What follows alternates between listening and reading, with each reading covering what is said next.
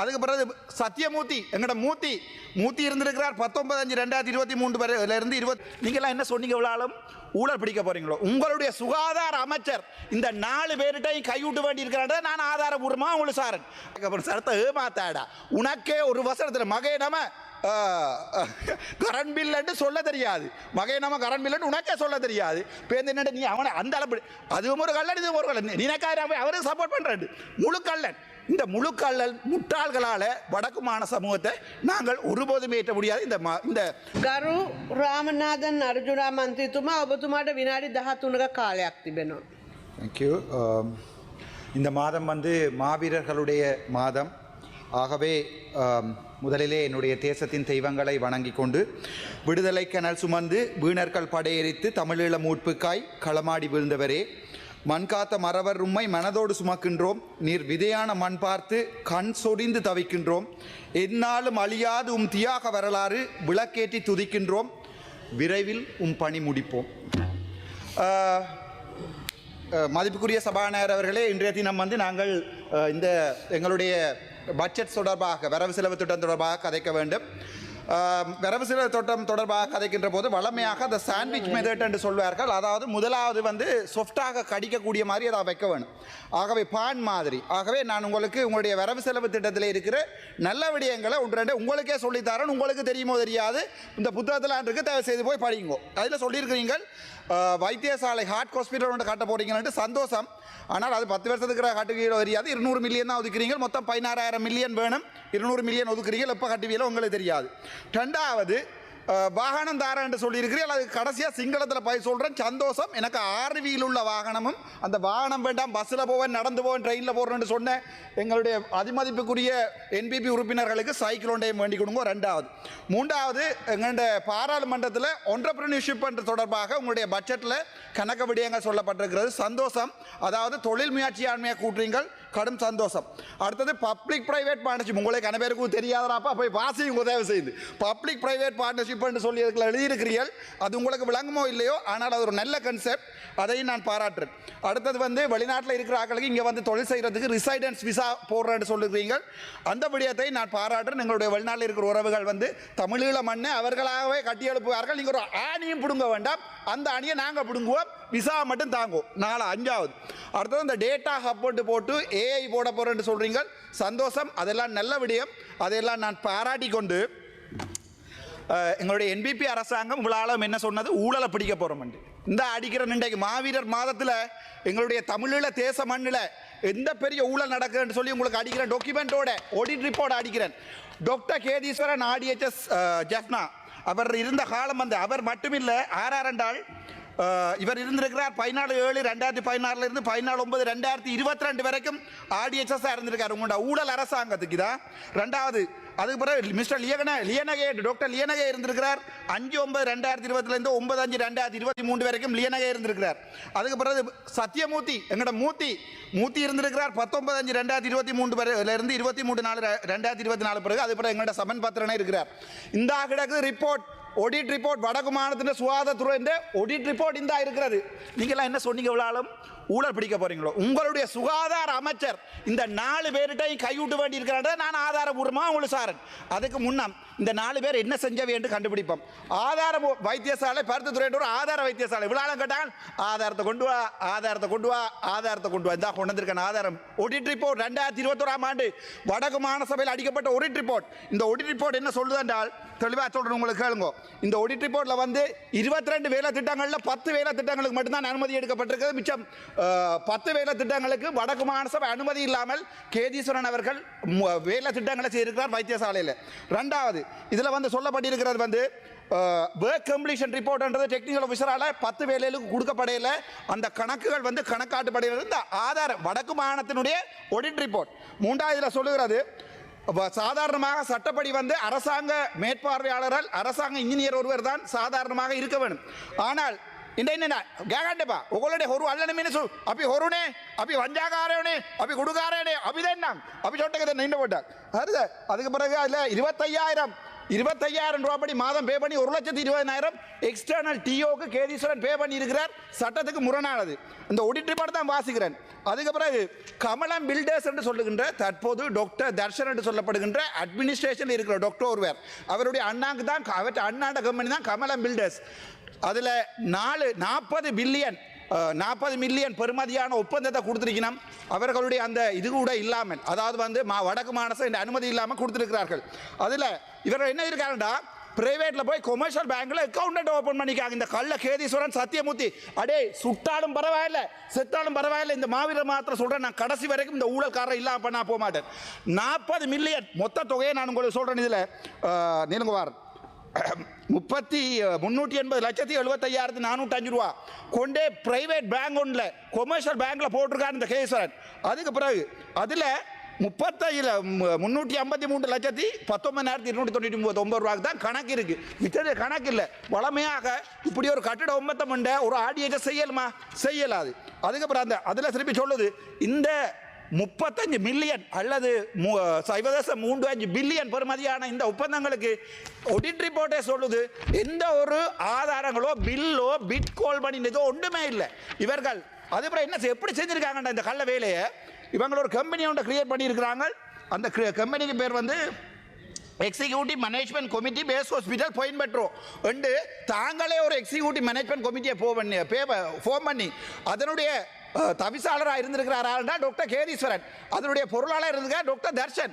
இவர்கள் இந்த காசை கொண்டே பிரைவேட் பேங்க்ல கொடுத்து ஆதாரங்களோட நீங்கள் தானே சொன்னீங்க கல்லறை பிடிப்போம் பிடிங்கோ, என்னடா முழு கல்லர் நீங்கள்ன்றதை நான் ப்ரூவ் பண்றேன். என்ன சுடுவீங்கள், என்ன வெட்டுவீங்கள் சொல்லுவீங்க, நாளைக்கு நாமல் ராஜபக்ச என்ன சுட்டு பரவாயில்லை. ஆனா நான் ஒன்று சொல்றேன், நீங்கள் முழு கல்லறை பிடிக்கிறேன்னு சொல்லி உங்களுடைய ஒவ்வொரு அமைச்சர் தான் இவங்கள்ட்ட காசு வேண்டி கொண்டிருக்கிறீர்கள் இந்த ஆதாரங்களோட, சரிதானே? அதுக்கப்புறம் இந்த ரிப்போர்ட்ல சொல்லுது, அந்த ஆடிட் ரிப்போர்ட்ல hospital management action committee of base hospital கோயம்பேட்ரோன்னு சொல்லி ஆடிட் ரிப்போர்ட்ல போட்டிருக்கீங்க. அப்படி ஒரு கமிட்டியே இல்லை, அப்படி ஒன்றே பதிவு செய்யப்படல, அப்படி ஒன்றே இருக்கல.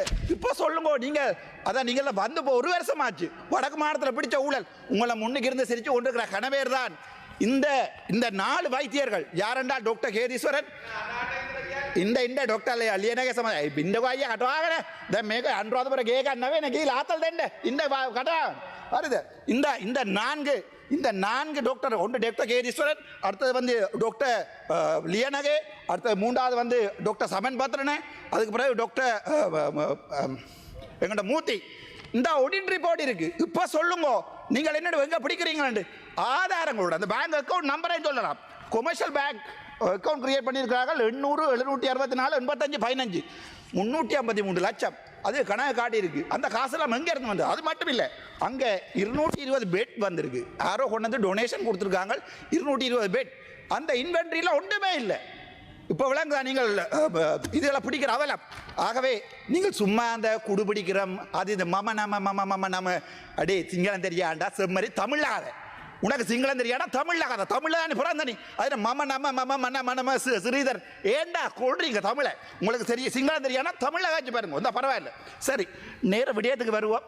எங்கண்ட வடி கோல் திஸ் உங்களுடைய வரவு செலவு திட்டத்தின் நேஷனல் சிட்டிசன் பட்ஜெட் என்று சொல்லி ஒரு சமரி உண்டு, ஒரு ப்ரோச்சர் ஒன்று தந்திருக்கிறீங்க. சரி, அதில் நான் விஷயத்துக்கு வாரேன். நேரம் என்னுடைய கலைக்கிறது நேரம் இல்லை, சிங்களத்தில் 2 வசனத்தை சொல்லணும். சரிதானே? மொத்த செலவீனம், இந்த அரசாங்கத்தின் மொத்த செலவீனம் 8,980 பில்லியன். மொத்த செலவீனம் 8,980 பில்லியன். அந்த 8,980ல் 4,495 பில்லியனை நீங்கள் கடனுக்கு கொடுக்குறீங்க உங்களுடைய அரசுல. அதாவது 8,900ல் 4,485 கடன் கொடுக்குறீங்க. அந்த கடனில் லோன் இன்ட்ரெஸ்ட் மட்டும் 2,617 பில்லியன் லோன் இன்ட்ரெஸ்ட் மட்டும். லோன் முதல், அதாவது வந்து வேண்டிய லோனை கொடுக்கத்தானே வேணும், அது 1,878 பில்லியன். இப்போ விளக்குது அவங்களுடைய அரசாங்கத்துடைய, அதாவது நீங்களே ஒரு பிச்சைக்கார அரசாங்கம் விடாப்பா, உங்களுடைய காசு இல்லை வேண்டிய, நீங்க களவெடுத்தது அவங்க களவெடுத்தது, நீங்க அவங்க களவெடுத்தன்னு சொல்லுங்க, அவங்க நீங்க எல்லாருமா சேர்ந்து எடுத்த கடனை தான் கொடுக்குறீங்க. ஆகவே உங்களுடைய அரசாங்கத்தினுடைய செலவு, அதாவது கடன் கொடுக்கறத தவிர நாட்டை அபிவிருத்தி செய்யறது மொத்தமாக அரசாங்கத்தின் மொத்த செலவினத்தில் பாதி, அதை விட 4,485 பில்லியன். சரி, 4,485 பில்லியன் பெருக்கல் 1000 அவ்வளவு மில்லியன். அதில் வடக்கு மாகாணத்துக்கு இப்போ சாதாரணமாக 9 மாகாணம் இருக்கு, வடக்கு கிழக்கண்டு 2 மாகாணம் இருக்கு. வடக்கு கிழக்கண்டு இந்த 2 மாகாணத்தில் இந்த 4,400 85 மில்லியனில் என்ன கொடுத்துருக்கிறீங்க? ஒன்றுமே கொடுக்கல. இப்போ வளமையாக நான் போன முறை பீச்சில் 0.06% 0.04% ஏதாவது வீதத்தை சொல்லுவோம்னு பார்த்தா இந்த முறை வடக்கு மாநிலத்துக்கு ஒன்றுமே கொடுக்கல. ஏன்னா உங்களுக்கு தெரியும், மாநசபை தேர்தல் நீங்கள் வைக்க போகிறது இல்லை. உள்ளூராட்சி தேர்தலுக்கு சனத்துக்கு கொஞ்சம் காசை கொடுத்து கிரவுண்ட் நீங்கள் சில பேர் இதில் போய் கிரவுண்டு கல் வச்சாக்கள் இருக்கிறோம். கல்லில் தம்பி நீ போய் அங்கே புல் வச்சாலும் கிரவுண்ட் வராது. நீ அங்கே போய் புல் வச்சாலும் வரா. சும்மா சனத்தை கூட்டி கொண்டு அங்கே மாங்க தோட்டம் வைக்க போகிறேன், தேங்காய் தோட்டம் வைக்க போகிறேன், சனத்தை ஏமாத்தாடா. உனக்கே ஒரு வருஷத்தில் மகே நம்ம கரண்ட் பில்லுன்னு சொல்ல தெரியாது. மகை நம்ம கரண்ட் பில்லுன்னு உனக்கே சொல்ல தெரியாது. பேருந்து என்ன நீ அவனை அந்த அளவு அதுவும் ஒரு கல்லன் இதுவும் ஒரு கல்லன். நினைக்காத அவருக்கு சப்போர்ட் பண்ணுறாரு முழு கல்லன். இந்த முழு கல்லல் முட்டாள்களால் வடக்கு மாநில சமூகத்தை நாங்கள் ஒருபோதும் ஏற்ற முடியாது. இந்த பட்ஜெட் தொடர்பான மிச்ச கதையில் இல்லாதையும் நான் இப்போ இந்த ஆறுதலாக தமிழில் கதைக்கிறேன். இன்னொரு 3 நாள் நான் கதைக்கலாம் பட்ஜெட்டில் ஆறுலாம் கேட்போம். ஹரி අපි එමු පොඩ්ඩක් කතා කරන්න සිංහල. සුබ දවසක්. මම ඊයේ නිදාගත්තා. ඔයගොල්ලෝ දැක්ක නේද? ගොඩක් අය කිව්වා මම ඇවිල්ලා නිදාගත්තා, ප්ලෑන් කරලා නිදාගත්තේ. මම ඇත්තටම මගේ හිතේ ඉඳන් මම සමාවෙන්න නම් මම මේ ෆ්ලයිට් එක බැස්සේ හවස 6ට උදේ 3 මාට නිදාගත්තේ. ආය 4ට නැගිට්ටා. බබාව ස්කූල් එකේ යවලා කඩානේ ඉඳපන්. කඩානේ ඉඳලා. හරිද? දෙමළ තේරෙන්නේ නැහැ, සිංහල තේරෙන්නේ නැහැ. මේ හරිද? ඊට පස්සේ නෑ පොයින්ට් බෝඩ් එක නෑ මගේ වෙලාව. නෑ මගේ වෙලාව දෙන්න බෑ. අඩු කරන්න එපා. මේ ස්ටොප් වොච් එක යනවා. ස්ටොප් වොච් එක යනවා. දෙන්න මම බලාගෙන. මූලාසන සභාපතිතුමියනි, මේ සභාවේ පාවිච්චි කරන වචන තියෙනවා. ඒ නිසා කරුණා කරලා ඔබතුමිය මේ සභාවේ පාවිච්චි කරන වචන ඒ මන්ත්‍රීවරුන්ගේ ගෞරවය ආරක්ෂා ගෞරවනීය ලෙස හැසිරෙන්න මන්ත්‍රීතුමා ඔබතුමාගේ වචන ඉවත් කරන්න. දැන් නැත්තම් කතා කරන්න ඕන. ඒක කක්කොස්සි කටවල අවස්සනවා මෙතන ඇවිල්ලා. කතා කරන්න දන්නේ නැහැ. තර්ජනය කරන්න අයිතියක් නෑ ඔබතුමාට. मैडम स्टॉप वॉच එක නැතුව මගේ ස්ටොප් වොච් එක බලාගන්න මම ආපහු ස්ටාර්ට් කරන්නම්. තාම නම විනාඩි 9යි 53 ගිහිලා තියෙනවා. කරුණා කරලා සබ්බේ කියන වචන භාවිත ගෑ ගන්න එපා. බබාලා ගෑ ගන්නවා කොහමද? බබාලාට නැගිටලා කියන්න තියෙන්නේ අපි කුඩු අද ගෑ ගන්න පටන් ගන්නකෝ. තමුන්න ආසලට වාහනේ අරන් දෙන්නේ මම. ඔබතුමා කතා කරන් තව විනාඩි 2යි ඔබතුමාට තියෙන්නේ. වාහනේ කවුද ඉල්ලුවේ කියලා තමුන්න ආසලා පිකප් එක ගන්න මන් නිසා මතක තියාගන්න. හැබැයි මං එන්න කතාව පොඩ්ඩක් ඉන්නව අහන්නකෝ. පොඩ්ඩක් අයකොන් දෙන්නකෝ. ඇත්තටම සමාව ඉල්ලන්න මම මේ ඊයේ නිදාගත්ත එකට. මම මේ ෆ්ලයිට් එක බැස්සේ අවසායට උදේ පුතා ස්කූල් එකේ දාලා 7ට නැගිට්ටේ. අවිල්ලා මට අහන් ඉන්න බැරි වුණා. හවස පය 4 මාරක් ලෙක්චර් එක. සාමාන්‍ය පයක් ලෙක්චර් වත් අහන් ඉන්න බෑ. ඒ නිසා මං ඇත්තටම සමාව ඉල්ලන්න දෙවෙනි එක තමයි මම සුබ පතනවා අපේ ජනාධිපතිතුමාට. ඇත්තටම මගේ හිතේ තව විනාඩි 2යි ගරු මන්ත්‍රීතුමා ඔබතුමාට තියෙන්නේ. සෝරි තව විනාඩි 2යි. මේ දැන් ගිහිල්ලා තියෙන්නේ එක 10:13යි. मैडम මේ මගේ නෑ ටයිම් මම බලාගෙන ඉන්නම්. ඉන්නකෝ मैडम. බලාගෙන ඉන්නවා. 4:32ට ඉවර කරන්න ඕනේ. විනාඩියක් වැඩියෙන් දීලා තිනවා 4:33ට. තව විනාඩි 2යි. මගේ මම ස්ටොප් වොච් දාලා තියෙන්නේ. ස්ටොප් වොච් දාලා තියෙන්නේ එච්චරයි. ඕගොල්ලෝගේ සෙල්ලම අපි දන්නවානේ. ඒ සෙල්ලම ගෙදර ගිහලා කරගන්න. මම ස්ටොප් වොච් දාලා තියෙන්නේ. කතා කරන්න එපා නේ කියන්න වාඩි වෙන්න. විනාඩි 2යි තියෙන්නේ. කතා කරන්න එපා නේ කියන්න වාඩි වෙන්න. විනාඩි 2යි කියන්නේ කතා අයුකන් දෙන්න ඔක්කොම කලින්. හරිද? කතා කරන්න එපා නේ කියන්න වාඩි වෙන්න. හැබැයි මං කියන මං ජනාධිපතිට සුබ පතනවා. මේ හොඳ බජට් එකක් දැන් මේ පැත්තට කියන දැන් මේක ඇවිල්ලා හැනි අර කටවාන හිටකෝ මේ නිගණ්ඩ කරන්නකෝ. ඔබතුමා කතා කරන්න. නිගණ්ඩ කරන්න බල්ලු ටික. නිගණ්ඩ කරන්න. හරි. මගේ බලාව මම බලාගෙන ඉන්නවා. හරිද? හැබැයි ඇත්තම කියන්නම් මං අර ආණ්ඩු පක්ෂ විපක්ෂ ඒ නිසා බජට් හොඳ නැහැ. ඊට පස්සේ මේ බජට් එකකින් ආණ්ඩු කඩාම් වැටෙනවා. ඒවා කියන්න මට අයිතියකුත් නැහැ. මම සාධාරණ මිනිහෙක්. එකම පුද්ගලයා ඉන්නේ පාර්ලිමේන්තුවේ මේ ස්වාධීනම. එතකොට ඔයාලා ඇත්තටම පපුවේ හිතා ගන්නකො මං ඕගොල්ලෝ විරුද්ධ වැඩ කරනවා කියලා කවදා හරි. ඒ නිසා මං කවදාවත් කියන්නේ මේ බජට් හොඳ නැහැ කියලා. බජට් හොඳයිද කියලා මිනිස්සු කියන්න ඕනේ. මිනිස්සුද ඒක කියන්න ඕනේ. හැබැයි මං එකක් කියන්නම්. මේක ඇවිල්ලා හැනිමූන් පීරියඩ් එකක්. හැනිමූන් පීරියඩ් එකේ මේක ලස්සනට තියෙනවා. හැමෝටම තියෙනවා. ඒක බලාගෙන ඉන්න මිනිසුන්ට ටිකක් අමාරුයි. තේරෙනවද? ඔයාලා හලිමුන් බලාවට ඒ විපක්ෂයෙන් බලාගෙන ඉන්නවා නම් සමහරු ඒකලට අමාරුයි. හැබැයි අපි ඒක ෆෝන් වලින් බලාගෙන ඉන්න මිනිස්සු. ඒ නිසා අපිට අමාරු නෑ. ඕගොල්ලෝගේ බජට් එක සවුත් වෙන්න ඕන කියලා අපි හිතන්නේ නෑ. ඒක මතක තියාගන්න. හැබැයි එකක් කියන්නම් මම. උතුරට කිසි දෙයක් දීලා නැහැ. ඒ නිසා තමයි මම ඒ වොයිස් කට් එක දුන්නේ උතුරට මොනවද? දැන් අපි යුද්ධ කාලේ මෙච්චර කාලෙන් අපි යුද්ධයෙන් මාට්ටු වෙලා ගිහිල්ලා අපේ පාරවල් ටික බලන්න. ඔයගොල්ලෝ හර්ථසාසිය තියෙනවා නම් ඒක පොඩ්ඩක් අත තියලා බලන්න. අපේ පාරවල් ආවිල්ලා බලන්න. අපේ ළමයි ස්කූල් එක යනකොට ඒ තියෙන බස් එක තියෙන හැටිය බලන්න. ඒක විතරයි අපි ඉල්ලන්නේ. හැබැයි ඔයගොල්ලෝ අපිට කියන්නේ අපි කොට්ටි, අපි රස්තවාදියා. හැබැයි ඔයගොල්ලෝ එක්කෙනෙකුට හොඳ පණ නැහැ ප්‍රභාකරන්.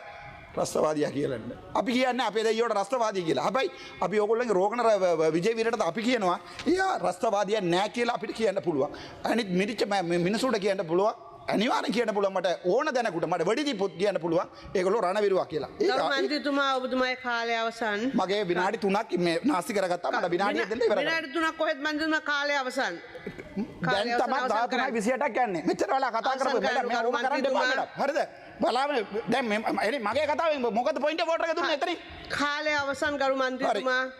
ඉන්න ඔබට. හැබැයි මම එකක් කියන්න. ඊයවිල්ල මම නිදාගත්තා තමයි මම LGBTQ නැවේ. හරිද? මම LGBTQ වැඩ කරන්නේ නැහැ. ඒ නිසා සමහර වෙලාවට රැට ඇරෙන්න ඉන්න වෙනවා උදේට දාගන්න වෙනවා. ඔයගොල්ලෝ කොහමද උදේ ඇරලා ඉන්නේ?